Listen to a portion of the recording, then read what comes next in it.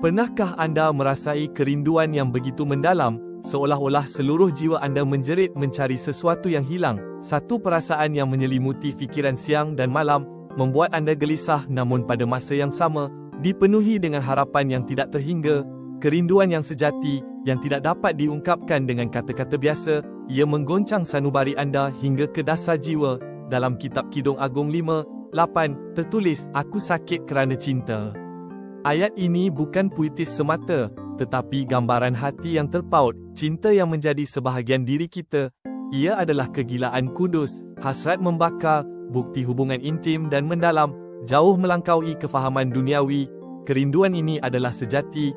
Kerinduan sebegini, ia bukan beban, tetapi anugerah, isyarat bahawa jiwa kita haus akan kasih Maha Agung, kasih Tuhan yang tak berkesudahan. Menyerahkan diri kepadanya membawa kita kepada kedamaian sejati, kepenuhan yang hanya ditemukan dalam pelukan ilahi.